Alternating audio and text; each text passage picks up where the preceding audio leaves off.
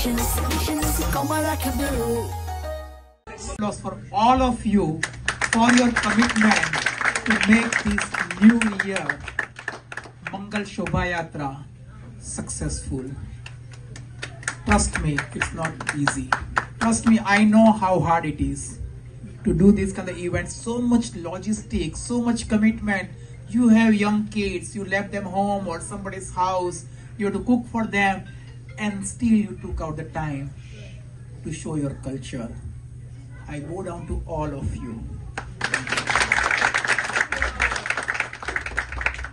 সবাইকে অসংখ্য অসংখ্য ভালোবাসা। আমরা সবাই তৈরি। আপনারা কি সবাই তৈরি? টাইম স্কয়ারে কাল সূর্যোদয়ের পরে কি ঘটবে?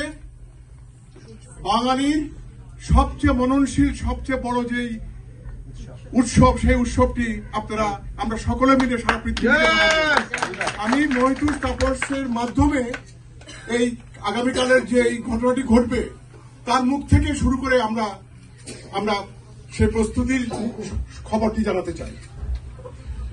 প্রস্তুতি হচ্ছে কিচ্ছু না, এটা সেই জানে। আমরা কিন্তু সে যাবো না, আমি তোমাদেরকে মাইকে যাই না।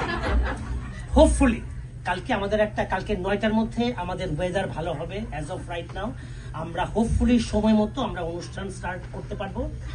আর বাকিটা এগেন আমি এটা প্রথমবারও বলছি, গতবারও বলছি, আমরা যারা প্রবাসে থাকি দেশ বন্দনা করা ছাড়া আমাদের আর কিচ্ছু করার নাই। দূর থেকে আমরা দেশের জন্য শুধু প্রার্থনা করতে পারি যে আমাদের দেশটা, এবং দেশ কিন্তু শুধু বাংলাদেশ না, বাংলাদেশ এবং ভারত এবং সারা পৃথিবী, ইভেন নিউ ইয়র্ক সিটি যেন ভালো থাকে, এইটুকু শুধু আমাদের চাই।